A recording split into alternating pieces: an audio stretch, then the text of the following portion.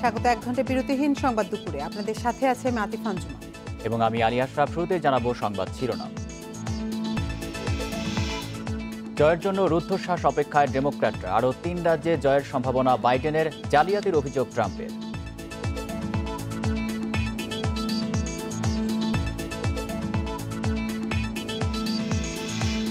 উচ্চ আদালতে কয়েক মাসে অন্তত 6টি জামিন জালিয়াতির ঘটনা, 50টি মামলা করেছে সুপ্রিম কোর্ট প্রশাসন।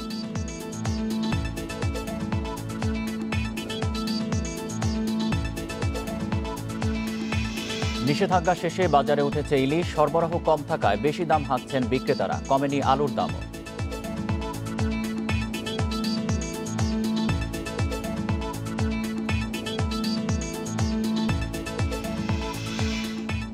পদ্মা সেতুর মাওয়া প্রান্তে বসেছে 36তম স্প্যান। দৃশ্যমান হল সেতু প্রায় 5.5 কিলোমিটার।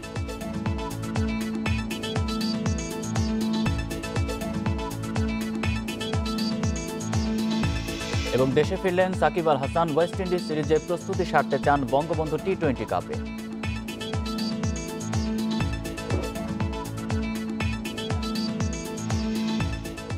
শুনছিলেন শিরোনাম, শুরুতেই মার্কিন নির্বাচনের খবর।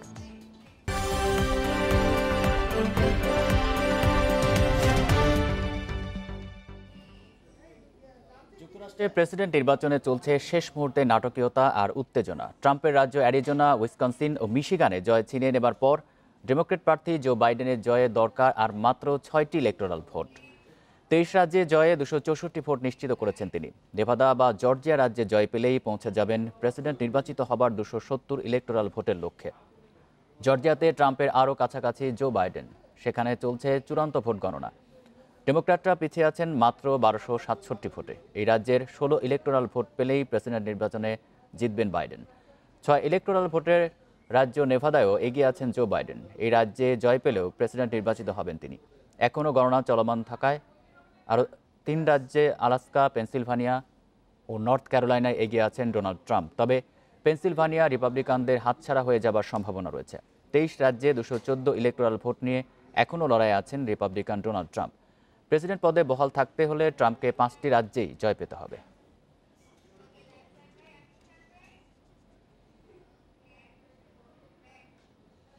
মার্কিন নির্বাচনের ফলাফলের বিষয়ে আরও জানাতে বার্তাকক্ষ থেকে যোগ দিচ্ছেন সহকর্মী আশিক হোসেন। আশিক, এখন পর্যন্ত যে রাজ্যগুলোতে গণনা চলছে সেগুলো গণনা শেষ হতে আর কত সময় লাগতে পারে? সর্বশেষ কি তথ্য আছে আপনার কাছে?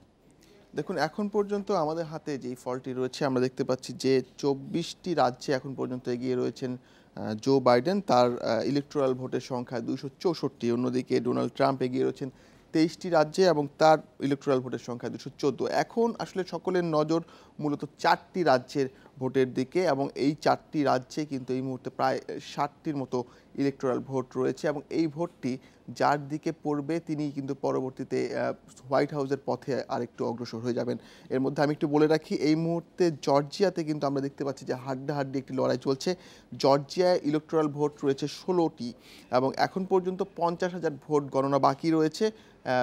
মোট ভোটের হিসাবে এটি 1% এবং এখন পর্যন্ত এইখানে যতগুলো ভোট গণনা করা হয়েছে সেগুলোর মধ্যে জো বাইডেন পেয়েছেন 47.9% ভোট এবং ট্রাম্প পেয়েছেন 51.2% ভোট। অন্যদিকে পেনসিলভানিয়া নিয়েও একটি আলোচনা চলছে। পেনসিলভানিয়াতে আমরা দেখেছিলাম যে শুরুর দিক থেকেই কিন্তু পেনসিলভানিয়াতে ট্রাম্প অনেকটাই এগিয়েছিলেন, কিন্তু সময়ের সাথে সাথে আমরা দেখতে পাচ্ছি যে বাইডেন কিন্তু তাকে ভালো টেক্কা দিচ্ছেন এবং তাদের ভোটের যে ব্যবধান ছিল সেই ব্যবধানটি কিন্তু সময়ের সাথে সাথে অনেক কমে এসেছে। এই মুহূর্তে দুজনের ভোটের পার্থক্য কিন্তু 1%-এরও কম। এই পেনসিলভানিয়ায় ইলেকটোরাল ভোট রয়েছে 20টি। এখন পর্যন্ত 3,50,000 ভোট কিন্তু গণনা বাকি রয়েছে এবং এর একটি বড় অংশ কিন্তু আগাম ভোট, যার কারণে কিন্তু অনেকেই ধারণা করছেন যে শেষ পর্যন্ত হয়তো এই রাজ্যটিতে জো বাইডেন কিন্তু ট্রাম্পকে ছাড়িয়ে যেতে পারেন। আরেকটি বিষয় যে নর্থ ক্যারোলিনায় কিন্তু আমরা দেখতে পাচ্ছি যে একটি দুজন এখনও পর্যন্ত ট্রাম্প এগিয়ে রয়েছেন। 3,50,000 ভোট এখনও গণনা হওয়া বাকি এবং এখানে বাইডেন পেয়েছেন 48.7% ভোট। অন্যদিকে ট্রাম্প ট্রাম্পের ভোটের শতাংশ 50.1 ভাগ। আর নেভাডাতে কিন্তু বেশ ভালোভাবেই বাইডেন এগিয়ে রয়েছেন এবং শেষ পর্যন্ত যদি তিনি এই নেভাডা ধরে রাখতে পারেন, এই নেভাডায় কিন্তু 6 ইলেকটোরাল ভোট রয়েছে এবং 270-এর যে ম্যাজিক ফিগার সেখানে পৌঁছতেও কিন্তু 6 ইলেকটোরাল ভোট প্রয়োজন বাইডেনের। শেষ পর্যন্ত নেভাডাতে যদি বাইডেন জয় পেয়ে যান সেক্ষেত্রে কিন্তু হোয়াইট হাউসে যাওয়াটা তার অনেকটাই নিশ্চিত হয়ে যাবে। এখন পর্যন্ত নেভাডাতে 2,50,000 ভোট গণনা করার বাকি রয়েছে। এখন পর্যন্ত বাইডেনের ভোটের পরিমাণ 49.4% এবং ট্রাম্প পেয়েছেন 48.5% ভোট। মোট হিসেবে এখনও 16% ভোট কিন্তু গণনা হওয়ার বাকি রয়েছে। আর একটু জানিয়ে রাখি, এখন পর্যন্ত পুরো মার্কিন যুক্তরাষ্ট্রে যে ভোটগুলো গণনা করা হয়েছে তার মধ্যে থেকে কিন্তু জো বাইডেনের ভোটের পরিমাণ 50.5%, অন্যদিকে ট্রাম্পের ভোটের পরিমাণটা 47.9%। এখন পর্যন্ত মার্কিন ইতিহাসে যতগুলো নির্বাচন হয়েছে তার মধ্যে কিন্তু বাইডেন এখন পর্যন্ত সর্বোচ্চ সংখ্যক ভোট পেয়েছেন। তার ভোটের সংখ্যা এখন পর্যন্ত 7,34,00,000-এরও বেশি। অন্যদিকে ট্রাম্প পেয়েছেন 6,96,00,000 কিছু বেশি ভোট। তো মূলত এখন পর্যন্ত কিন্তু লড়াইটি এমন একটি সমীকরণে এসে পৌঁছেছে যে এখনও কিন্তু ট্রাম্পের যেমন লড়াইয়ে ফিরে আসার সুযোগ রয়েছে, তেমনি আর মাত্র 6টি ইলেকটোরাল ভোট পেলে এর মধ্যে যদি জর্জিয়া কিংবা নেভাডার যদি ফলাফল আমরা হাতে পেয়ে যাই সেক্ষেত্রে কিন্তু জো বাইডেন কিন্তু মোটামুটিভাবে নিশ্চিতভাবে বলা যায় তিনি হোয়াইট হাউসের পদার্পণ করার ক্ষেত্রে অনেকখানি এগিয়ে যাবেন। বার্তাকক্ষ থেকে জানাচ্ছিলেন সহকর্মী আশিক হোসেন। যুক্তরাষ্ট্রের প্রেসিডেন্ট নির্বাচনে আবারও কারচুপির অভিযোগ তুললেন মার্কিন প্রেসিডেন্ট ডোনাল্ড ট্রাম্প। হোয়াইট হাউসে সাংবাদিকদের সামনে ট্রাম্প বলেন নির্বাচন সুষ্ঠু হলে তার জয়ের বিকল্প থাকতো না, কিন্তু ভোট জালিয়াতি করে তাকে হারানোর ষড়যন্ত্র করা হচ্ছে। আর জনগণকে শান্ত থাকার আহ্বান জানিয়েছেন জয়ের দ্বারপ্রান্তে থাকা জো বাইডেন। 3 নভেম্বর চূড়ান্ত ভোট গ্রহণের আগেই মার্কিন ইতিহাসে সর্বোচ্চ 10,12,00,000-এর বেশি আগাম ভোট পড়ে দেশজুড়ে। আগাম ভোট নিয়ে আগে থেকেই সংশয় প্রকাশ করে আসছেন মার্কিন প্রেসিডেন্ট ডোনাল্ড ট্রাম্প। তার অভিযোগ আগাম ভোটকে হাতিয়ার করে নির্বাচনে কারচুপির সুযোগ খুঁজতে পারে বিরোধী শিবির। চূড়ান্ত ফল ঘোষণার আগে বারবার সেই কারচুপির অভিযোগই করে আসছেন ট্রাম্প। তবে এখন পর্যন্ত কোনো প্রমাণ হাজির করতে পারেননি তিনি। বৃহস্পতিবার হোয়াইট হাউসে সাংবাদিকদের সামনে তার দাবি ডাকযোগে দেরিতে আসা ভোটও ডেমোক্রেটরা নিজেদের স্বার্থে ব্যবহার করছে। এ সময় আবারও নিজেকে জয়ী দাবি করে আইনি লড়াই চালিয়ে যাওয়ার ঘোষণা দেন তিনি। এবারের নির্বাচনে রিপাবলিকানরা যুক্তরাষ্ট্রের অখণ্ডতা রক্ষার সর্বাত্মক চেষ্টা করেছে। যদি নির্বাচন সুষ্ঠু হয় তাহলে আমার জয়ের বিকল্প নেই, কিন্তু জালিয়াতি করে আমাকে হারানোর ষড়যন্ত্র চলছে। ফ্লোরিডা, আইওয়া, ইন্ডিয়ানার মতো গুরুত্বপূর্ণ রাজ্যে আমার জয় এর প্রমাণ। আগেও বলেছি, আগাম ভোটের সুযোগ নিয়ে ডেমোক্রেটরা স্বার্থ হাসিলের চেষ্টা করছে। তবে ট্রাম্পের নির্বাচনী কারচুপির অভিযোগ ভিত্তিহীন বলে মন্তব্য করেছেন পর্যবেক্ষকেরা। তার রাজ্যে অবাধ সুষ্ঠু নির্বাচন হয়েছে বলে দাবি করেছেন নেভাডার অ্যাটর্নি জেনারেল।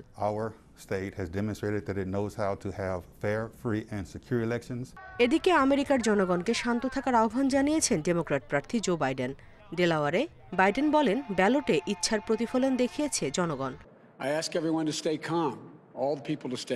গণতন্ত্রে অনেক সময় বিশৃঙ্খলা দেখা দেয়, কিন্তু ধৈর্য ধরলে সংকট উতরে যাওয়া সম্ভব।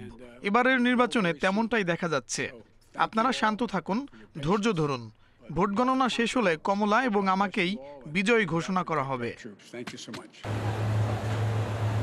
এদিকে চূড়ান্ত ফল ঘোষণার আগেই সরকার গঠনের প্রস্তুতি শুরু করেছেন জো বাইডেন। করোনা মহামারী থেকে শুরু করে অর্থনৈতিক মন্দা, জলবায়ু পরিবর্তন ও বর্ণবাদ থেকে যুক্তরাষ্ট্রকে মুক্ত করার অঙ্গীকার করেছেন জো বাইডেন ও তার running mate Kamala Harris. Nusrat Serin, Independent News. যুক্তরাষ্ট্রের প্রেসিডেন্ট নির্বাচনের ফলাফলের আরও খবর জানাতে যুক্তরাষ্ট্রের ফ্লোরিডা থেকে যোগ দিচ্ছেন সহকর্মী জাহিদ হোসেন। প্রথমেই আসি যে ভোট গণনার বিষয়টিতে। ভোট গণনা চলছে এখনো পর্যন্ত, কিন্তু আমরা দেখেছি যে এটা একটা অত্যন্ত ধীর গতিতে প্রক্রিয়াটি চলছে, যার কারণে কিন্তু নানান ধরনের প্রশ্ন এসেছে এবং একই সঙ্গে যেহেতু মার্কিন প্রেসিডেন্ট এই বিষয়টি নিয়ে অভিযোগ করেছেন, তার অভিযোগের মূল বিষয়টি যে বিজয় তার কাছ থেকে ছিনিয়ে নিয়ে যাওয়া হচ্ছে। ধীর গতিতে গণনা হলে পরেও আমরা দেখছি যে একটা নির্দিষ্ট প্যাটার্নের মধ্যে ভোটগুলি এগিয়ে চলেছে। অর্থাৎ গত 24 ঘন্টায় আমরা কিন্তু আর নতুন করে কোনো স্টেটই কল করা হয়নি, কিন্তু এই সময়ের মধ্যে পেনসিলভেনিয়ার দিকে যদি তাকান, জর্জিয়ার দিকে যদি তাকান, তাহলে জো বাইডেন তার যে পার্থক্য ছিল সেটা অনেকখানি কমিয়ে নিয়ে এসেছেন। অন্যদিকে ট্রাম্পও কিন্তু অ্যারিজোনাতে ভালো করছেন, যদিও এখনো পর্যন্ত জো বাইডেন এগিয়ে আছেন, কিন্তু অ্যারিজোনাতে ভালো করেছেন। তিনি ব্যবধানটা অনেকখানি কমিয়ে নিয়ে এসেছেন। এখন দেখার বিষয় আগামী 24 ঘন্টার মধ্যেই আমার ধারণা যে কোনো একটি স্টেটের ফলাফল পাওয়া গেলেই কিন্তু এটা নিশ্চিত হয়ে যাবে। এখনো পর্যন্ত বাইডেন যে এগিয়ে আছে তার যে কোনো একটিতে যদি ফলাফল তার পক্ষে যায় তাহলে কিন্তু এটা লক হয়ে যায়। অন্যদিকে ট্রাম্পকে অপেক্ষা করতে হবে, আসলে সবগুলি স্টেটেই তার পক্ষে যাওয়া ছাড়া আর তেমন কোনো বিকল্প নেই। আইনি প্রক্রিয়া সুযোগ আছে এবং সেটি ডোনাল্ড ট্রাম্প গ্রহণ করবেন। প্রথমে যেতে হবে স্টেটগুলিতে, স্টেটগুলোর কনসার্ন যে কোর্টগুলি আছে সেইগুলিতে যদি কোনো ভালো ফলাফল তার পক্ষে ফলাফল না আসে তারপরেই তাকে সুপ্রিম কোর্টে যেতে হবে। এইটা আইনি প্রক্রিয়া, এটা মোটামুটি সব দেশে একই রকম ভাবেই হয়। এখানে আমরা যেটা দেখছি যে অভিযোগগুলি যেটি করছেন ডোনাল্ড ট্রাম্প সেটার পক্ষে যুক্তি উপস্থাপন করার চাইতেও বেশি জরুরি সেটি হচ্ছে যে এই অভিযোগগুলির পক্ষে তথ্য উপস্থাপন করা। সেইটা এখনো পর্যন্ত গণমাধ্যমে কোনো ধরনের তথ্য উপস্থাপন করতে আমরা দেখিনি জো বাইডেনের বিপক্ষে অথবা ট্রাম্পের পক্ষে। তো এই সবগুলি মিলে যদি আদালতে যায় বিষয়টা, তাহলে দেখতে হবে যে কি কি অভিযোগের ভিত্তিতে আদালতে যাচ্ছে। প্রেসিডেন্ট নির্বাচনের মতো মার্কিন সিনেট নির্বাচনেও বিরাজ করছে দোদুল্যমান অবস্থা। ডেমোক্র্যাট ও রিপাবলিকান দুই দলের প্রার্থীরাই সমান সংখ্যক 47টি আসন পেয়েছেন, আরও 6টির ফল বাকি রয়েছে। ডেমোক্র্যাটরা সংখ্যাগরিষ্ঠতা পেলে 6 বছর পর সিনেটে চালকের আসনে বসবে তারা। সেক্ষেত্রে আগামী 2 বছর সিনেট নিয়ন্ত্রণ করবে ডেমোক্র্যাটরাই। ডেলাওয়ার অঙ্গরাজ্যে প্রথম তৃতীয় লিঙ্গের স্টেট সিনেটর হিসেবে জয় পেয়েছেন ডেমোক্র্যাটিক দলের সারা ম্যাকব্রাইড। এদিকে নিম্নকক্ষ প্রতিনিধি পরিষদ বা হাউস অব রিপ্রেজেন্টেটিভসেও ঘটেছে ইতিহাস। ওকলাহোমায় নির্বাচিত হয়েছেন প্রথম মুসলিম আইন প্রণেতা। নিউ ইয়র্কেও নির্বাচিত হয়েছেন প্রথম কৃষ্ণাঙ্গ সমকামী কংগ্রেসম্যান। আর নর্থ ক্যারোলিনায় তরুণতম কংগ্রেসম্যান হিসেবে জয় পেয়েছেন ম্যাডিসন কনর্থ। নিউ মেক্সিকো ও মিসৌরিতে নির্বাচিত হয়েছেন 2 নারী প্রার্থী। সংখ্যাগরিষ্ঠতার জন্য প্রয়োজন 218 আসন। এখন পর্যন্ত ডেমোক্র্যাটরা পেয়েছে 208টি আর রিপাবলিকানরা পেয়েছে 196টি।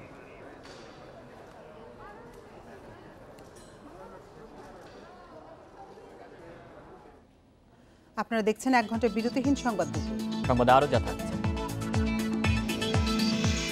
প্রতিদিনই বাড়ছে মাদকাসক্ত পুলিশের সংখ্যা। 3 মাসে ডিএমপি ডোপ টেস্টে শনাক্ত 57 সদস্য।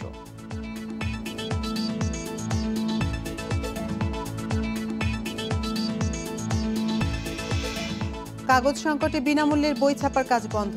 বেশ কয়েকটি বইয়ের পাণ্ডুলিপিও দেয়নি এনসিটিবি।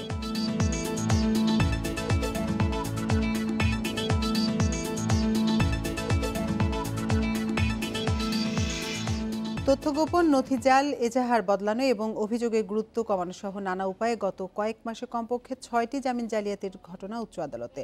দুর্নীতি, ধর্ষণ, অস্ত্র ও মাদক মামলায় এসব জালিয়াতির ঘটনায় অন্তত 50 মামলা করেছে সুপ্রিম কোর্ট প্রশাসন।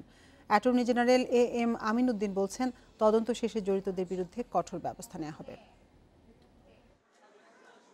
3.25 কোটি টাকার অবৈধ সম্পদ অর্জনের মামলায় ডিআইজি প্রিজন্স বজলুর রশিদের জামিন আবেদন হাইকোর্ট নাকচ করেন গত জানুয়ারিতে। 1 জুন আবার জামিন আবেদন করলে তাও খারিজ হয়। এরই মধ্যে তার বিরুদ্ধে অভিযোগ গঠন করে বিচার শুরুর নির্দেশ দেয় বিচারিক আদালত। হাইকোর্টের আদেশ গোপন করে 29 অক্টোবর আবেদন করলে বিচারিক আদালত তাকে জামিন দেয়। শুধু তথ্য গোপনই নয়, এজাহার বদলে বিচারিক আদালতের রায় পাল্টে অভিযোগের গুরুত্ব কমিয়ে বিভিন্নভাবে জালিয়াতি করে সম্প্রতি হত্যা, ধর্ষণ, মাদক ও অস্ত্র মামলায় জামিন জালিয়াতির বেশ কয়েকটি ঘটনা ঘটেছে উচ্চ আদালতে। দুর্নীতি দমন কমিশনের পক্ষে একটি দরখাস্ত দাখিল করা হয়েছে জামিন বাতিল চেয়ে, যে তথ্য গোপন করে জামিন হাসিল করেছে। পিউনিটিভ অ্যাকশন যদি নেয়, এক্সাম্পলি যদি কয়েকজনকে পানিশমেন্ট দেওয়া হয়, আমার মনে হয় এটা রোধ করা যাবে। আর সবচেয়ে বেশি দরকার হলো বিচারিক আদালতের যেখানে কপি সেকশন, যেখানে সার্টিফাইড কপি পাওয়া হয় বা যে আদালতে জামিন মুভ করা হয়, সেখানে ওনাদের বলা উচিত যে হাইকোর্টে এটা পেন্ডিং নেই। আদালতের নির্দেশে অভিযুক্তদের বিরুদ্ধে এসব ঘটনায় অন্তত 50 থেকে 60টি মামলা করেছে সুপ্রিম কোর্ট প্রশাসন, যার তদন্ত চলছে। জালিয়াতির সাথে আইনজীবীদের সংশ্লিষ্টতা প্রমাণ হলে ব্যবস্থা নেওয়া হবে বলেও জানিয়েছেন রাষ্ট্রের সর্বোচ্চ আইন কর্মকর্তা। অনেকগুলো মামলা হয়েছে, এগুলো কিন্তু বাই দিস টাইম এগুলো কিন্তু ইনকোয়ারি হচ্ছে এবং কিছু চার্জশিট জমা দিছে।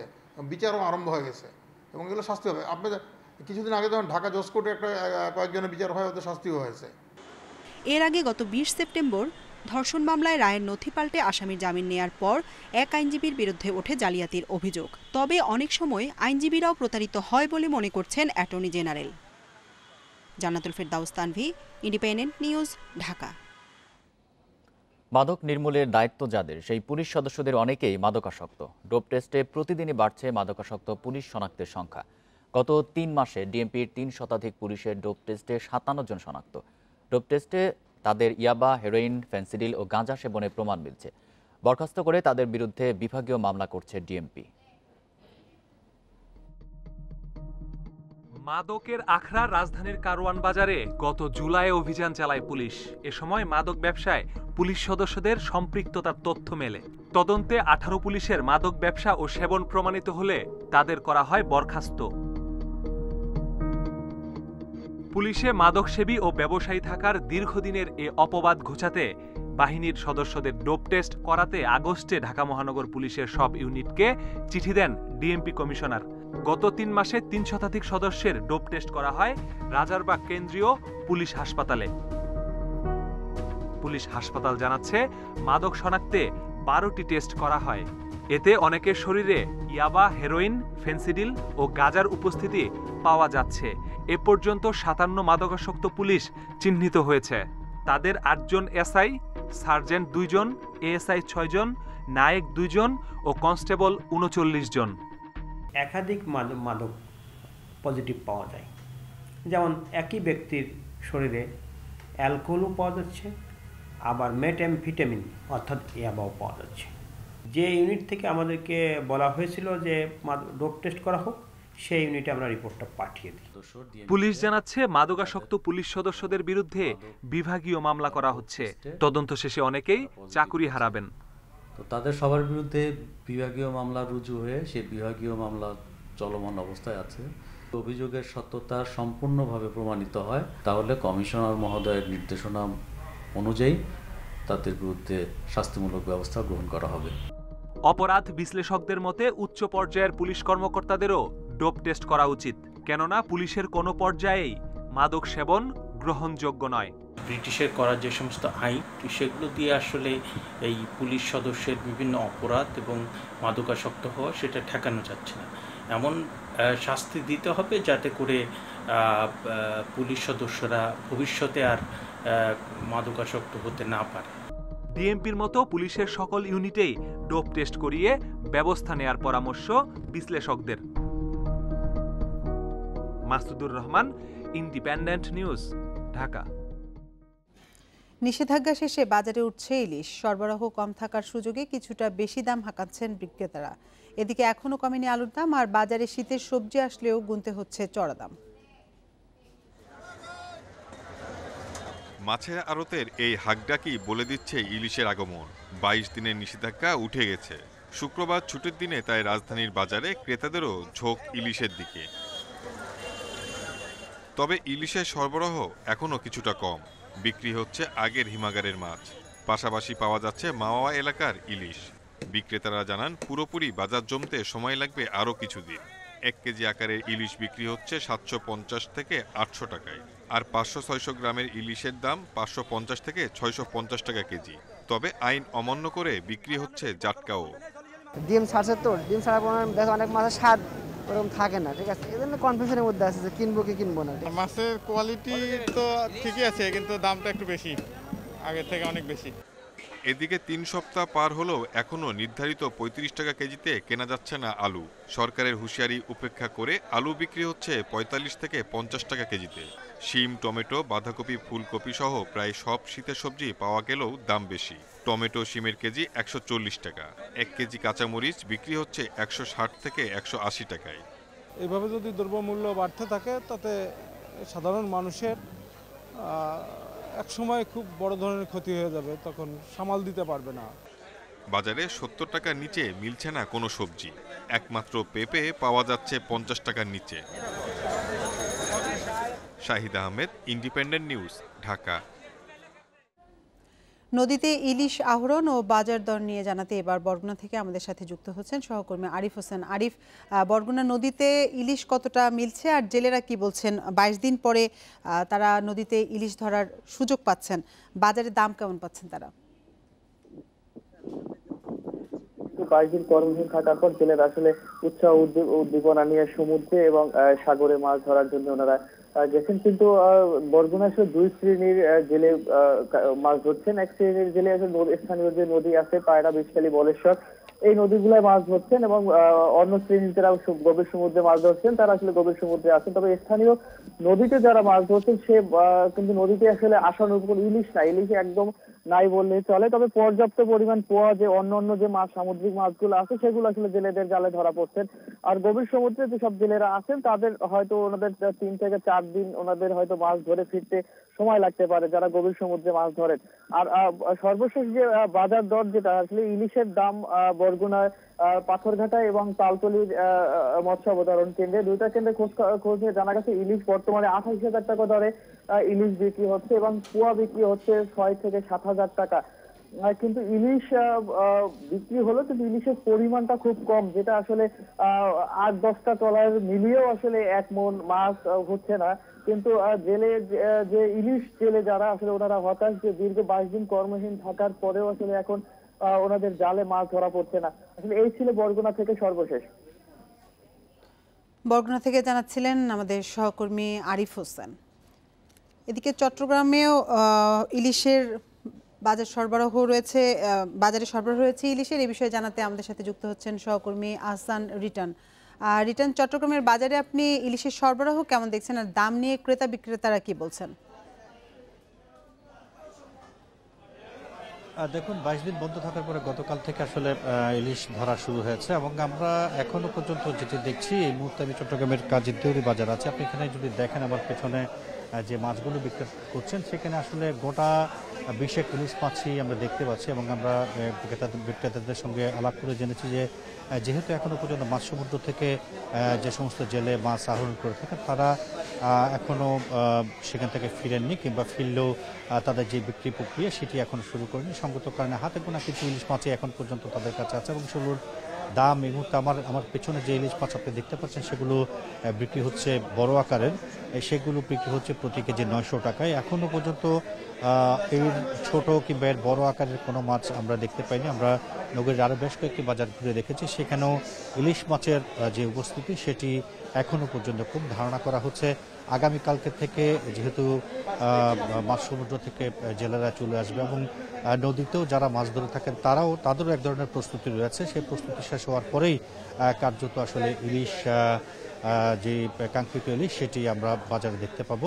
তবে এই মুহূর্তে যে ইলিশটি দেখছি সেটি প্রতি কেজি বিক্রি হচ্ছে 900 টাকা ধরে এবং তার ক্রেতা সাধারণত একেবারে কম আমরা দেখতে পাচ্ছি এবং এই বিষয়টি নিয়ে যারা ইলিশের বাজার দর সম্পর্কে জানাচ্ছিলেন, এবার একটু আমাদেরকে আলু এবং পেঁয়াজের বাজার দর সম্পর্কে জানাবেন এবং শীতের সবজির সরবরাহ কেমন চট্টগ্রামের বাজারে?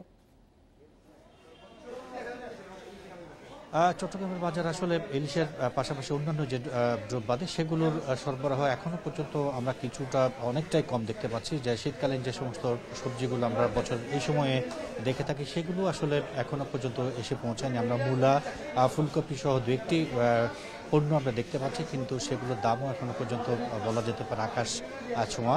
ঠিক একইভাবে আলু সহ অন্যান্য যে সমস্ত তরিতরকারিগুলো রয়েছে সেগুলোর দামও অনেকটা বাড়তির দিকে। তবে এখানে যারা বিক্রেতারা রয়েছেন এবং মাঠ পর্যায়ে যারা কাজ করছেন তাদের সঙ্গে কথা বলে যেটি জেনেছি এরকম আরও 10 থেকে 15 দিন চলবে। তারপরে একটি পর্যায়ে হয়তো শীতকালীন যে সমস্ত সবজি সেগুলো প্রচুর পরিমাণে সরবরাহ হওয়ার পরে দামের যে বিষয় সেটি নমনীয় দিকে যাবে এবং ততদিন পর্যন্ত আসলে এই দামের যে বিষয় সেটিকে হজম করেই তাদেরকে প্রতিটি পণ্য কিনতে হবে।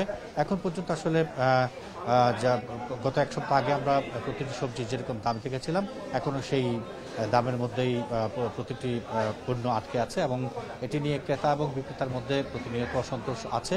কিন্তু তারপরেও আসলে এই বাস্তবতাকে মেনে নেওয়া ছাড়া এই মুহূর্তে কোনো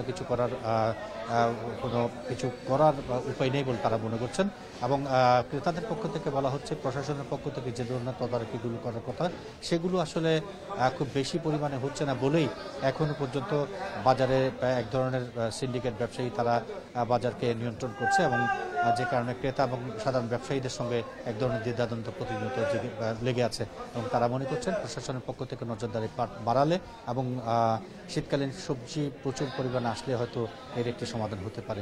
এ হচ্ছে চট্টগ্রাম থেকে ইলিশ এবং অন্যান্য শাকসবজির যে সর্বশেষ খবর। চট্টগ্রামের বাজার দর জানাচ্ছিলেন সহকর্মী আসান রিটন। খাদ্যপণ্যের লাগামহীন দামে বেড়েই চলেছে মূল্যস্ফীতির হার। পরিসংখ্যান ব্যুরোর হিসেবে অক্টোবরে মূল্যস্ফীতির হার দাঁড়িয়েছে 6.5 ভাগে, যা 6 বছরের মধ্যে সর্বোচ্চ। মূলত খাদ্য ব্যয় বাড়তে থাকায় মূল্যস্ফীতি বেড়েছে বলে মনে করছেন বিশ্লেষকেরা। বাণিজ্যমন্ত্রী জানালেন, দাম সহনীয় রাখতে নিত্যপণ্যের সরবরাহ এবং আমদানি বাড়ানো হচ্ছে। জোরদার করা হচ্ছে বাজার তদারকি। করোনা মহামারীর নেতিবাচক প্রভাব পড়েছে নিম্ন ও মধ্যবিত্ত পরিবারের আয়ে। অনেকে হয়েছেন কর্মহীন, আবার অনেক পরিবার সঞ্চয়ের উপর জীবন ধারণ করছেন। এর উপর যোগ হয়েছে নিত্যপণ্যের আকাশ ছোঁয়া দাম। সেপ্টেম্বরে ভারত রপ্তানি বন্ধ ঘোষণা করলে বেড়ে যায় পেঁয়াজের দাম। দেশে কয়েক দফা বন্যায় বাড়তি সবজির দরও। এরপর অক্টোবরে দাম বাড়ার তালিকায় যোগ হয় আলু। সঙ্গে চাল, ডাল, তেল, ডিম, আদা, রসুনও ভোগাচ্ছে ভোক্তাদের। বাংলাদেশ পরিসংখ্যান ব্যুরো বিবিএস এর প্রতিবেদন বলছে, গত মাসে সার্বিক মূল্যস্ফীতির হার দাঁড়িয়েছে 6.44%। এর আগে সবশেষ 2014 সালের অক্টোবরে মূল্যস্ফীতির হার ছিল 6.6 ভাগ। এবছর সেপ্টেম্বরে এ হার ছিল 6 ভাগের কম। লম্বা বন্যার কারণে এবং অন্যান্য কারণে আমনেও ঘাটতি হবে এবং যদি আমদানি করা না হয় তাহলে আমনের দাম নতুন ফসল আসার পরেও কমবে না। এবং সবজির বাজারে হয়তো মাসখানিকের মধ্যে আমরা শীতের সবজি দেখতে পারবো এবং মূল্যের পতন ঘটবে, কিন্তু অন্যান্য পণ্য যেমন পেঁয়াজ বা আলু সেখানে কিন্তু সহজে দাম কমবে না। বিবিএস এর তথ্য অনুযায়ী গ্রাম ও শহর দুই ক্ষেত্রে খাদ্য মূল্যস্ফীতির হার বেড়েছে। নিত্যপণ্যের বাড়তি দামই মূল্যস্ফীতির হার বাড়ার মূল কারণ বলছেন বিশ্লেষকরা। আমরা যদি দেখি এক্ষেত্রে খাদ্য মূল্যস্ফীতি মূল কারণ, এবং খাদ্য মূল্যস্ফীতির দিকে যদি তাকাই তাহলে কিছু নিত্য প্রয়োজনীয় দ্রব্যের দাম বেড়ে যাওয়ার কারণে মূলত এই মূল্যস্ফীতিটি হয়েছে। বাণিজ্যমন্ত্রী জানান, বাজারে নজরদারি বাড়ানোর মাধ্যমে নিত্যপণ্যের দাম সহনীয় রাখার চেষ্টা করছে সরকার। জিনিসপত্রের দামটা কমানো গেলে হয়তো মূল্যস্ফীতিটা কমবে। আমরা তো যেটা বিশেষ করে আলুতে বেড়েছিল, পেঁয়াজটা তো মোটামুটি কন্ট্রোলের মধ্যে আনা গেছে। এখন এই চেষ্টা করছি আমরা জিনিসপত্রের দাম একটু কমানোর জন্য। করোনায় আয় কমে যাওয়ায় পোশাক, ফার্নিচার সহ অন্যান্য বিলাসী পণ্যের চাহিদা কমছে। ফলে কমেছে খাদ্য বহির্ভূত মূল্যস্ফীতির হার। কপ্তিয়া মুমতাহানা, ইন্ডিপেন্ডেন্ট নিউজ, ঢাকা। দুদিনের চেষ্টায় মুন্সিগঞ্জের মাওয়া প্রান্তে বসল পদ্মা সেতু 36তম স্প্যান। দৃশ্যমান হলো সেতুর প্রায় 5.5 কিলোমিটার অংশ।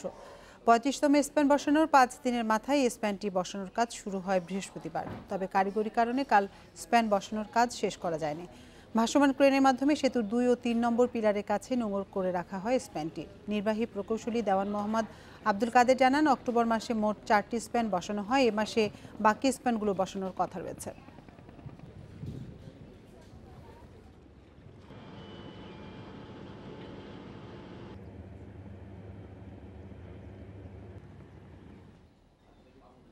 কাগজ সংকটের কারণে অনেক মুদ্রণ প্রতিষ্ঠানের বিনামূল্যে বই ছাপার কাজ বন্ধ।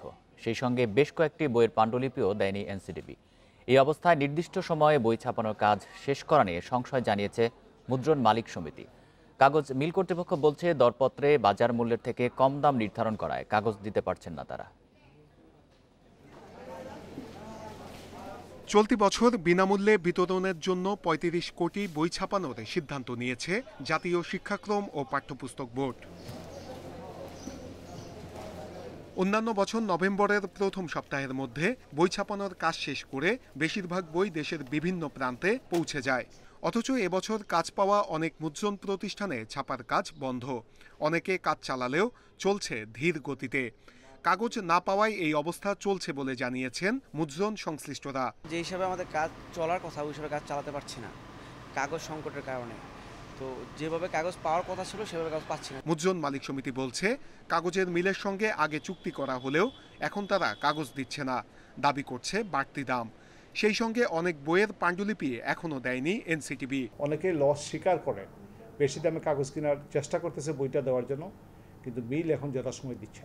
এনসিটিভি তার অনেকগুলো পাণ্ডুলিপি দিতে পারে নাই, কাভার ছাপার ব্যাক টু ব্যাক কাভার ছাপা হবে, নতুন কিছু ছবি আসবে, এ ব্যাপারে এনসিটিভি কোনো সিদ্ধান্ত নেয়। এদিকে কাগজ মিল সংশ্লিষ্টরা বলছেন যে দাম নির্ধারণ হয়েছে সেই দামে কাগজ দেয়া সম্ভব না। ব্যাপারটা দেখা যাচ্ছে যে আমরা মানে যে রেটে ওনারা টেন্ডার গুলো পেয়েছে ওই রেটে মিল মালিকগুলো কাগজ দিতে পারছে না, কারণ তাদের কস্টিং পোষায় না। এনসিটিভি বলছে কাগজ সংকটের বিষয়ে তাদের কিছু করার নেই, নির্দিষ্ট সময়ের মধ্যে মানসম্মত কাগজের বই বুঝিয়ে দিতে হবে। দুটো আমাদের ইন্সপেকশন এজেন্ট আছে যারা সকল পর্যায়ে কাগজের মান, মুদ্রণ এবং সরবরাহ থেকে সেটা তারা যাচাই করে থাকে। আমাদের মনিটরিং টিম আছে যারা এগুলো তদারকি করে থাকে, এবং আমরা কখনোই নিম্নমানের কাগজ দিয়ে বই ছাপাবে সেটা আমরা গ্রহণ করব না। এদিকে দরপত্রে কাগজের দাম কম দেখিয়ে কয়েকটি প্রতিষ্ঠান কাজ নেয়ায় এখন এই সংকট তৈরি হয়েছে। এদের অনেকে নিম্নমানের কাগজ ছাড়ানোর চেষ্টা করলে আটকে দিয়েছে এনসিটিভি। সংশ্লিষ্টরা বলছেন একদিকে যেমন বইয়ের কাগজের মান কঠোরভাবে নিশ্চিত করতে হবে, অন্যদিকে কাগজ পাওয়া নিয়ে যে সংকট সৃষ্টি হয়েছে সেটির দ্রুত সমাধান করতে হবে, যাতে করে নির্দিষ্ট সময়ে শিক্ষার্থীদের হাতে নতুন বই পৌঁছে দেয়া সম্ভব হয়। নূরে আলম, ইন্ডিপেন্ডেন্ট নিউজ, ঢাকা। রাজধানীর বনানীতে ট্রেনে কাটা পড়ে এক দম্পতির মৃত্যু হয়েছে। নিহতরা হলেন ষাটোর্ধ্ব অজিত চৌধুরী ও তার স্ত্রী মনীষা চৌধুরী। তবে এটি আত্মহত্যা না হত্যা তা এখনও নিশ্চিত হতে পারেনি পুলিশ। বিমানবন্দর রেলওয়ে পুলিশ জানায় নিহত দম্পতিকে বৃহস্পতিবার সন্ধ্যা ৭টার দিকে বনানী রেললাইনে বসে থাকতে দেখে স্থানীয়রা। কিছুক্ষণ পর রাতে কমলাপুর থেকে ছেড়ে যাওয়া ব্রহ্মপুত্র এক্সপ্রেস ট্রেনে কাটা পড়েন তারা। পরে খবর পেয়ে ঘটনাস্থল থেকে মরদেহ দুটি উদ্ধার করে পুলিশ। রাতেই তাদের শনাক্ত করে একমাত্র ছেলে অঙ্কুর চৌধুরী। নিহত অজিত চৌধুরী ও মনীষার গ্রামের বাড়ি চট্টগ্রামে, তারা রাজধানীর বাসাবোর মায়াকানন এলাকায় থাকতেন। দম্পতির মৃত্যুর কারণ খুঁজে বের করার চেষ্টা চলছে বলে জানিয়েছে পুলিশ।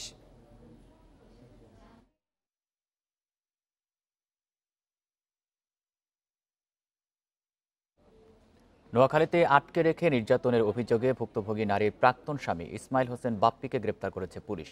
এর আগে ৪ জনের বিরুদ্ধে মামলা দায়ের করেন নির্যাতিতা নারী। তার অভিযোগ, ধর্ষণে ব্যর্থ হয়ে মারধর করা হয় তাকে।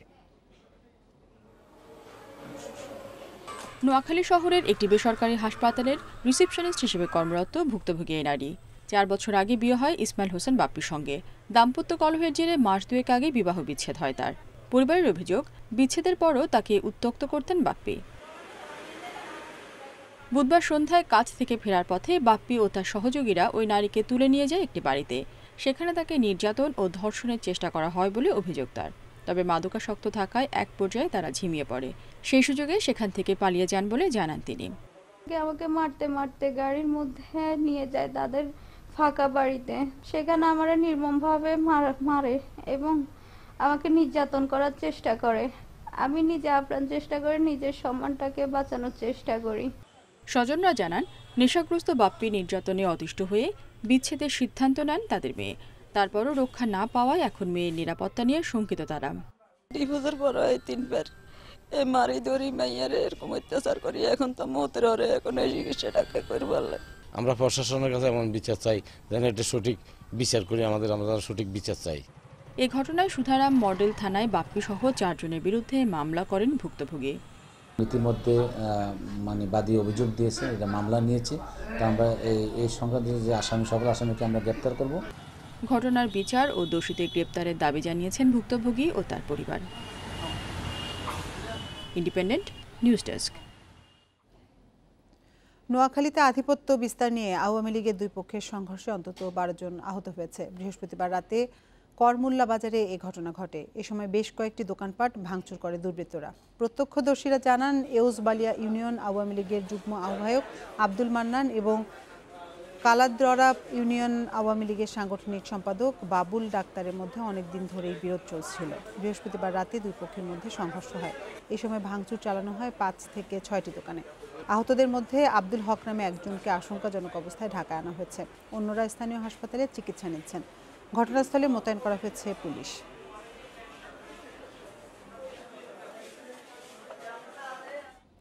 রাজধানীর মাতোয়াইলের কোনাপাড়ায় আগুন লাগার ৮.৫ ঘণ্টা পর নিয়ন্ত্রণে আনে ফায়ার সার্ভিস। বৃহস্পতিবার বিকেলে লাইটের গোডাউন থেকে লাগা এই আগুনে কেউ হতাহত হয়নি। এই ভবনের কর্মরতদের দাবি, শর্ট সার্কিট থেকে আগুনের সূত্রপাত। যদিও ফায়ার সার্ভিস বলছে তদন্তের পর জানা যাবে আসল ঘটনা। মাতোয়াইলের কোনাপাড়ায় 10 তলা এই ভবনে আগুন লাগে বৃহস্পতিবার বিকেলে। 6 তলায় পাশা লাইটিংয়ের গুদাম থেকে আগুনের সূত্রপাত খুব দ্রুতই ছড়িয়ে পড়ে ভবনের উপরের অংশে। খবর পেয়ে ঘটনাস্থলে আসে ফায়ার সার্ভিস। চেষ্টা করা হয় আগুন নিয়ন্ত্রণের। বিভিন্ন মালামালের গোডাউন থাকায় ফায়ার সার্ভিসের কর্মীরা চেষ্টা করে আগুন যেন না ছড়িয়ে পড়ে নিচের অংশে। স্থানীয়রা জানায় লাইটের ছাড়াও জুটের গোডাউন ছিল ওই ভবনে। লাইটিং কোম্পানির যে প্রোডাক্টস, এরপরে বিভিন্ন ধরনের ওয়েস্টেজ এবং কি বিভিন্ন ধরনের পণ্য এখানে ছিল। যেখানে আগুন নেবারক যে যন্ত্র ছিল গ্যাস আগুন নেবানোর জন্য, ওটা যে আমরা চেষ্টা চালাইছি কর্মচারীরা অনেকে, ফানিও দিছি এবং 5 নিয়ে ব্যবস্থা করেছি ফানে মারার, কিন্তু আমরা ব্যর্থ হয়েছি, আমরা পারি নাই। ভবন কর্তৃপক্ষের দাবি আগুন লাগার সঙ্গে সঙ্গে খবর দিলেও ফায়ার সার্ভিসরা আসতে দেরি হয়, ফলে ছড়িয়ে পড়ে আগুন। স্পার্ক করে আগুনের ফোটা ফুটছে, ফুলকি বলে যেটাকে বলে, ওটা থেকে আগুনটা সূত্রপাত। যত ধরনের এলইডি বাল্ব, প্যানেল লাইট, ঝাড়বাতি, রোড লাইট, স্ট্রিট লাইট, যত রকমের লাইট সবকিছুই এখানে ছিল। ইলেকট্রনিক্স সামগ্রী থাকায় আগুনের ভয়াবহতা বাড়ে কয়েক গুণ। বৃহস্পতিবার রাত 2টার পর আগুন নিয়ন্ত্রণে আনতে সক্ষম হয় ফায়ার সার্ভিস। তো বিল্ডিংটার লোকেশন, বিল্ডিংয়ের নির্মাণ সবকিছু মিলেই ত্রুটিপূর্ণ এবং যেভাবে আসলে বিল্ডিংটা তৈরি করার কথা ছিল, যে সমস্ত ফ্যাসিলিটিসগুলো চারিপাশে থাকার কথা ছিল, ওই ফ্যাসিলিটিসগুলোই নাই। ভবনে অগ্নি নির্বাপন ব্যবস্থা ছিল কিনা তা তদন্ত করে দেখবে ফায়ার সার্ভিস।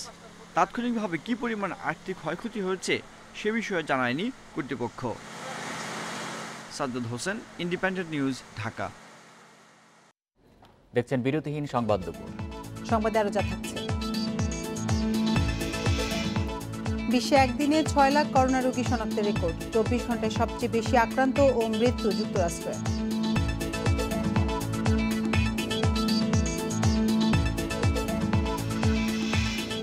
দেশে এই প্রথম পছন্দ মতো বিভিন্ন দামের প্যাকেজ কিনে টেলিভিশন দেখার সুযোগ দিচ্ছে আকাশ ডিটিএইচ। ভালো মানের ছবি ও সেবার কারণে অল্প সময়ে গ্রাহকদের কাছে থেকে ব্যাপক সাড়া মিলছে বলে জানিয়েছে কর্তৃপক্ষ। টেলিভিশনে ঝকঝকে ছবি দেখার নতুন অভিজ্ঞতায় খুশি গ্রাহকরাও। গত বছর মে মাসে যাত্রা শুরুর পর থেকেই গ্রাহকদের কাছে জনপ্রিয়তা পেতে শুরু করেছে উন্নত প্রযুক্তির টেলিভিশন সংযোগ আকাশ ডিটিএইচ। এখন আর নিরুপায় হয়ে গতানুগতিক কেবল সংযোগের মাধ্যমে টেলিভিশন দেখতে হচ্ছে না গ্রাহকদের। বঙ্গবন্ধু স্যাটেলাইটের মাধ্যমে নিখুঁত পর্দায় টেলিভিশনে মিলছে উন্নত মানের ছবি ও শব্দ। আকাশের সেবা বলতে গেলে অ্যামেজিং, কারণ হচ্ছে কোনো নয়েজ নেই, সিগন্যালে কোনো নয়েজ নেই। আমি এইচডি কোয়ালিটির হচ্ছে ছবিগুলো দেখতে পাচ্ছি।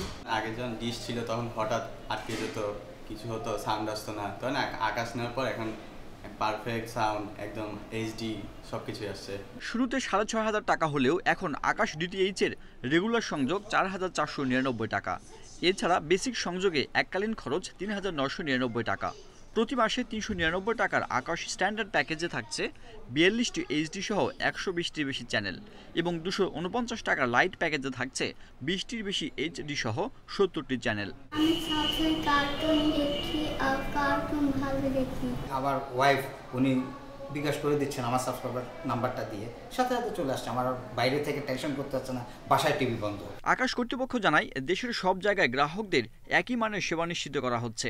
অনলাইনে ছাড়াও কল সেন্টারের মাধ্যমে 24 ঘন্টা সেবা পাচ্ছেন গ্রাহকরা। আমি একমাত্র অপারেটর যেখানে কাস্টমারকে একটা চয়েস দিই, একটা না মাল্টিপল চয়েস দিই। আমাদের বেশ কিছু স্যাশে প্যাক আছে, হ্যাঁ, তো আমরা বলি যে আপনি যদি লাইট নেন আপনি ওটার সাথে একটা অ্যাড করে নিতে পারেন, একটা এডিশনাল প্যাকেজ, হ্যাঁ, দিয়ে তারপরে কিন্তু ওনার খরচটা কিন্তু আমার 399 থেকে কম থাকে। তো ওনাকে আমি ফোর্স করছি না আমার সব কিছু দেখতে হবে। তার দাবি সরকারের অনুমতি নিয়ে চ্যানেল সম্প্রচারে স্বচ্ছতা নিশ্চিত করা হচ্ছে। পাইরেসি রোধে সচেতনতা বাড়ানোর আহ্বান জানান তিনি। রাইট ওনারের যদি পারমিশন না থাকে, আমি যদি দেখাই তাহলে রাইট ওনারের সাথে আমি পাইরেসি করে আমি নিয়ে আসছি। অনেক চ্যানেল দেখা যায় যে যেগুলো সরকারের অনুমোদিত না, সেই চ্যানেলগুলো ব্রডকাস্ট হয়ে যাচ্ছে। সো আমরা যেটা করছি, আমাদের প্রতিজ্ঞা হলো আমরা একদম ন্যায়ভাবে আমরা লিগ্যাল কন্টেন্ট দেখাবো এবং সরকারি অনুমোদিত কন্টেন্টই দেখাবো। সারা দেশে 8,000 বিক্রেতার কাছ থেকে খুব সহজেই আকাশ ডিটিএইচ কিনতে পারছেন গ্রাহকরা। Sajjad Hossain, independent news, Dhaka. 4 বছরেও গাইবান্ধার 3 সাঁওতাল হত্যার বিচার শুরু হয়নি। গেল ফেব্রুয়ারিতে মামলার তদন্ত প্রতিবেদন দেওয়ার কথা থাকলেও এখনও শেষ হয়নি বলছে সিআইডি। এদিকে অভাব অনটনের মধ্যেও বিচারের দাবিতে আন্দোলন চালিয়ে যাচ্ছেন সাঁওতাল পল্লীর ক্ষুব্ধ বাসিন্দারা। 2016 সালের 6 নভেম্বর গাইবান্ধার গোবিন্দগঞ্জে রংপুর সুগার মিলের জমি থেকে সাঁওতালদের উচ্ছেদ নিয়ে বিরোধের জেরে ঘটে সংঘর্ষ। আগুন দেয়া হয় সাঁওতালপল্লীর বাড়িঘরে। নিহত হন শ্যামল হেমব্রম, মঙ্গল মার্ডি ও রমেশ টুডু।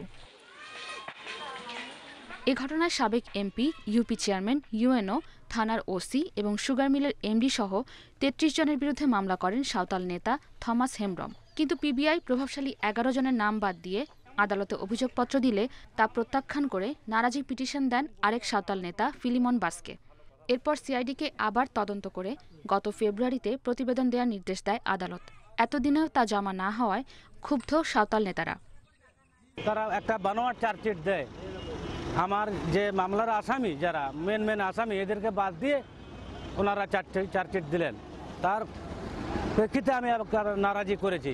আজ 10টি মাস পেরিয়ে গেলেও আমরা তদন্ত তারা সুষ্ঠুভাবে করছে কিনা 10 মাসেও তার কোনো প্রতিফলন আমরা দেখতে পাইনি। মামলাটি স্পর্শকাতর হওয়ায় তদন্তের সময় লাগছে বলে জানিয়েছে সিআইডি। খুবই চাঞ্চল্যকর মামলা এবং হাইকোর্টের রিট ছিল, তার প্রেক্ষিতে পিবিআই তদন্ত প্রতিবেদন জমা দিয়েছে। পরবর্তীতে যখন আদালতে নারাজি হয় তারপর আমাদের কাছে আসছে। মূলত এখন মামলাটি তদন্তাধীন আছে। আমরা চেষ্টা করতেছি খুব শীঘ্রই এটা নিষ্পত্তি করার জন্য। এদিকে আলোচিত ওই জমিতে ফেরত যেতে ও 3 জন নিহতের বিচার চেয়ে নানা কর্মসূচি চালিয়ে যাচ্ছেন সাঁওতালরা। প্রভাবশালীদের হুমকির মুখে মানবেতর জীবনযাপন করতে হচ্ছে বলে অভিযোগ তাদের। তবে স্থানীয় প্রশাসন বলছে বিভিন্নভাবে সহায়তা দেয়া হচ্ছে। Independent news desk. গাছফড়িং, মাজরা পোকার আক্রমণ সহ বেশ কিছু রোগে আক্রান্ত হয়ে কুড়িগ্রামে নষ্ট হচ্ছে আমন ধান। কীটনাশক ব্যবহার করেও কোনো লাভ হচ্ছে না। রাতারাতি ধান গাছ পরিণত হচ্ছে খড়ে। কৃষকরা কৃষি বিভাগের কাছ থেকেও পাচ্ছেন না কোনো সমাধান। শিগগিরই সমাধান না পেলে সবচেয়ে বেশি ক্ষতির মুখে পড়বে বর্গা চাষিরা। বৃষ্টির প্রভাবে প্রতিবারই আমন মৌসুমে গাছফড়িং, মাজরা পোকার আক্রমণে নষ্ট হয় শত শত একরের ফসল। তবে এবার ক্ষতির পরিমাণ অনেক বেশি। গাছফড়িং, মাজরার পাশাপাশি ছড়িয়ে পড়ছে পাতা মোড়ানো পোকা আর খোল পড়া রোগ। কুড়িগ্রাম সদর উপজেলার রাজারহাট সহ কয়েকটি উপজেলায় এসব রোগে আক্রান্ত 50 হেক্টর জমির ফসল। খুব অল্প সময়ে শুকিয়ে যাচ্ছে ধান। এবার বন্যার কারণে বারবার বীজতলা নষ্ট হওয়ায় দেরি করে লাগানো হয় রোপা। ফলে ফসলও তুলতে লাগছে বেশি সময়। কৃষকরা মনে করছেন সময় পার হয়ে যাওয়ায় এবার পোকার আক্রমণের প্রকৃতিও ভিন্ন। আমার জমিটা ওই খোলপাসা রোগ এবং পাতা মরা রোগ, এই দুইটা আমার জমিটা ধান ক্ষেত নষ্ট হয়। এই যে পাতা মোড়ায় যে ভিতরে ডিম পারে এই ডিমগুলোর থেকে আবার ফির বাচ্চা হয়, আবার ফির মনে করেন সারা বাড়ি হয়ে যায় জমির মধ্যে। এদিকে কোনো কীটনাশকই কাজ করছে না এসব রোগ সারাতে। কৃষকরা বলছেন কৃষি বিভাগের কাছে মিলছে না সঠিক পরামর্শ। এই অবস্থায় পোকার আক্রমণে দিশেহারা প্রান্তিক ও বর্গা চাষিরা। মনে করেন 2 বার ওষুধ দিছি, ওষুধ দেওয়ার পরও মনে করেন যে আপনার সাদা হয়ে আছে।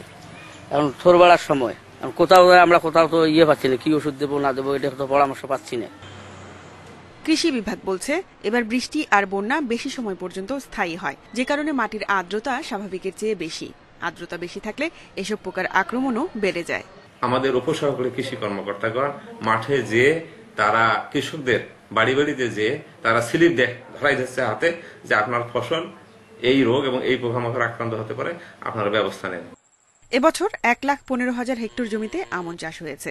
পোকার আক্রমণের কারণে আগেভাগেই ফসল তুলে ফেলার পরামর্শ দিচ্ছে কৃষি বিভাগ। Independent news desk.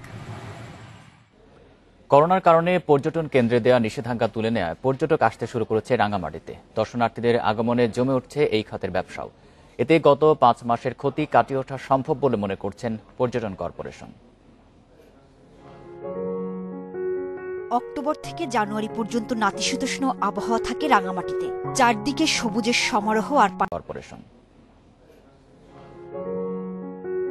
অক্টোবর থেকে জানুয়ারি পর্যন্ত নাতিশীতোষ্ণ আবহাওয়া থাকে রাঙামাটিতে।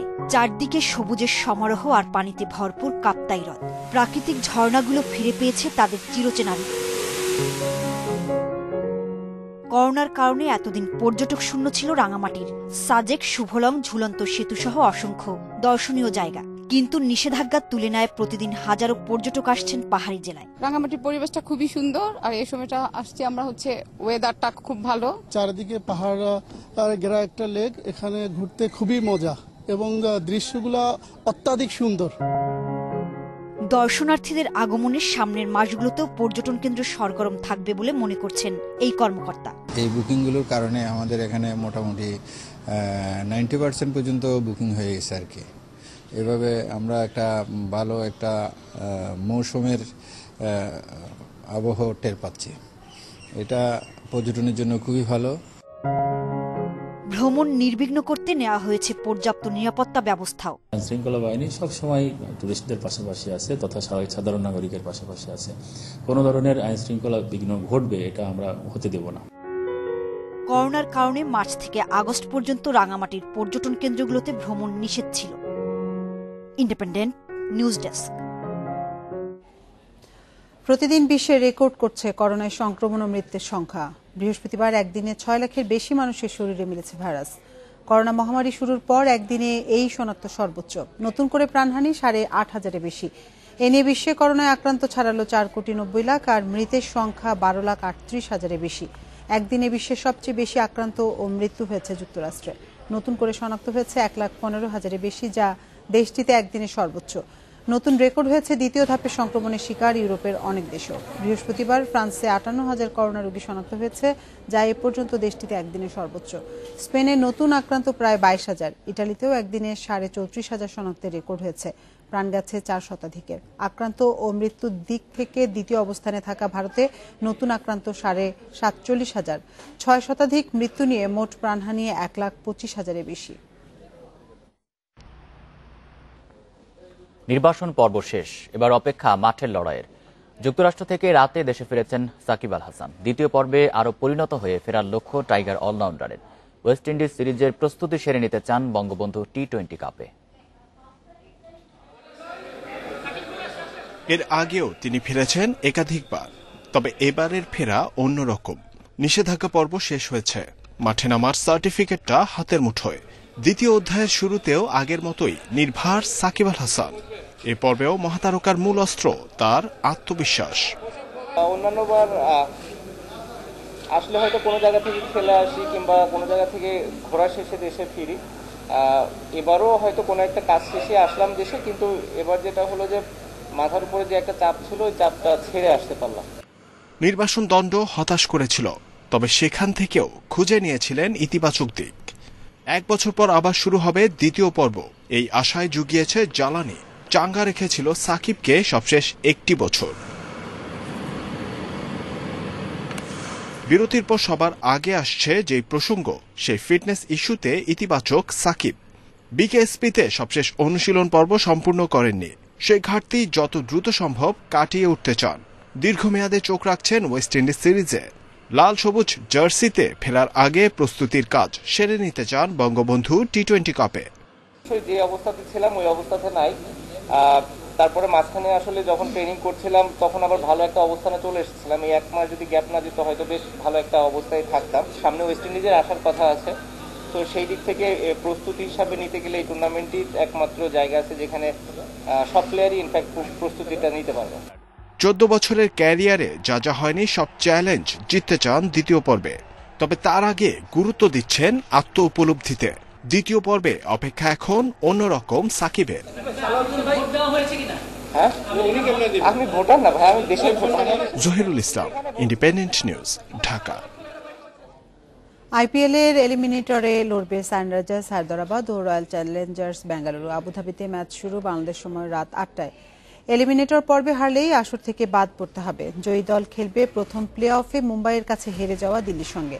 বাঁচা মরার ম্যাচের আগে আত্মবিশ্বাসী হায়দরাবাদ। টানা 3 ম্যাচ জিতে চাঙা ডেভিড ওয়ার্নারের দল। শেষ ম্যাচে টেবিল টপার মুম্বাইকে 10 উইকেটে উড়িয়ে দিয়েছিল হায়দরাবাদ। অন্যদিকে টানা 4 ম্যাচ হেরে কিছুটা ব্যাকফুটে বেঙ্গালুরু। শেষ ম্যাচে হারলেও কোয়ালিফাইং করেছে বিরাট কোহলির দল। গুরুত্বপূর্ণ ম্যাচে পরিবর্তন আসতে পারে একাদশে। ইসুরু উদানার জায়গায় খেলতে পারেন মঈন আলী, সুযোগ পেতে পারেন নবদীপ সাইনিও।